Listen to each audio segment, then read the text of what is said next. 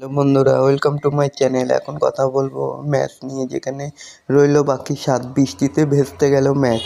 চেন্নাই রাজস্থানের পর এবার বিদায় নিল হায়দ্রাবাদ। সুবিধা হয়ে গেল কলকাতার। আইপিএলে টিকে থাকতে গেলে সব ম্যাচ জিততে হতো সানরাইজ হায়দ্রাবাদকে। সোমবার ঘরের মাঠে দিল্লিকে 133 রানে আটকে রেখে জয়ের স্বপ্ন দেখতে শুরু করেছিল তারা, কিন্তু বাদ সাধল প্রকৃতি। বৃষ্টিতে ম্যাচ ভেস্তে যাওয়ায় ছিটকে গেল তারা। আইপিএলে টিকে থাকতে হলে সানরাইজ হায়দ্রাবাদকে সবকটা ম্যাচ জিততে হতো, কিন্তু সোমবার ঘরের মাঠে দিল্লিকে 133 রানে আটকে রেখে তারা এই রান খুব সহজেই তুলে ফেলতে পারত, কিন্তু বৃষ্টির জন্য ম্যাচ ভেস্তে যায়, যার জন্য পয়েন্ট এক এক করে দুই দলকে ভাগ করে দেয়। তবে প্লে অফের দৌড় থেকে আনুষ্ঠানিকভাবে ছিটকে গেল হায়দ্রাবাদ। 11 ম্যাচে 7 পয়েন্ট হলো তাদের, আর কোনোভাবেই 14 পয়েন্টে পৌঁছানোর সম্ভাবনা নেই। চাপে থাকলেও দিল্লিও এই ম্যাচ থেকে 2 পয়েন্ট পেলে 4-এ উঠে আসতে পারত, কিন্তু 11 ম্যাচে 13 পয়েন্ট নিয়ে তারা থাকলো 5-এর মধ্যে।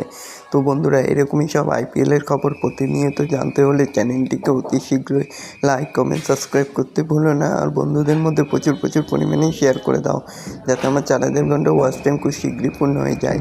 ম্যাচ ভেস্তে যাওয়ায় 1 পয়েন্ট করে পেল দুই দল। প্লে অফের দৌড় থেকে আনুষ্ঠানিকভাবে ছিটকে গেল হায়দ্রাবাদ।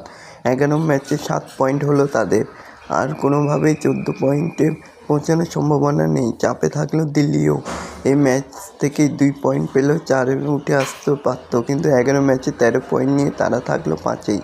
আগে ব্যাট করে 133 7 উইকেটের বিনিময়ে তুলেছে দিল্লি। প্রথম বলেই কামিন্স ফিরিয়ে দেন করুণ নায়ারকে। ঈশান কিষানের হাতে ক্যাচ দেন করুণ।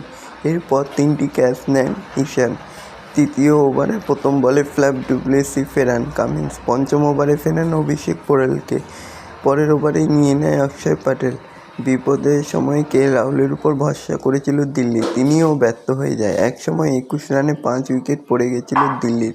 সেখান থেকে 62 রানে 2 উইকেট পড়ে যাওয়ার পর মনে হয়েছিল 100-এরও কম শেষ হয়ে যাবে দিল্লির ইনিংস। তা হতে দেয়নি স্টাফস ও আশুতোষ। চাপে পড়ে ওই দিন আশুতোষকে ইম্প্যাক্ট প্লেয়ার হিসাবে নামিয়ে নিয়েছিল দিল্লি। তিনিই বাঁচালেন দলকে। 2টি 4, 3টি 6-এর সাহায্যে তারা 25 বলে 41 রানের ইনিংস করে 100 পার করে দেয় দিল্লি। যোগ্য সঙ্গত দেয় স্টাফস ও অপরাজিত 41। দুইজনে সপ্তম উইকেটে 46 রান তোলেন।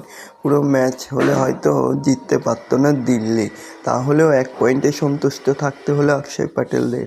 তো বন্ধুরা, এরকমই সব খেলার খবর প্রতিনিয়ত জানতে হলে চ্যানেলটিকে অতি শীঘ্রই লাইক, কমেন্ট, সাবস্ক্রাইব করতে ভুলো না।